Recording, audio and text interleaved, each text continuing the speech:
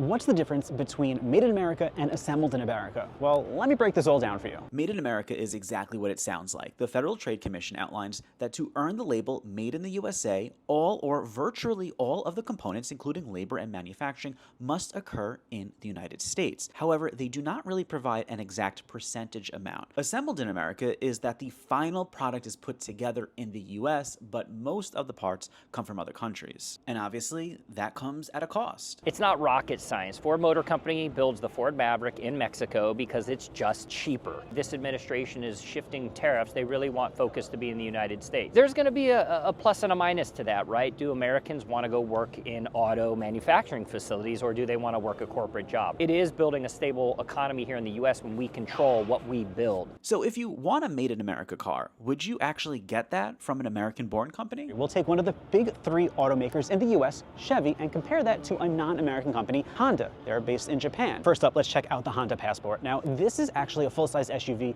and it is fully made in the United States at one of Honda's plants in Alabama.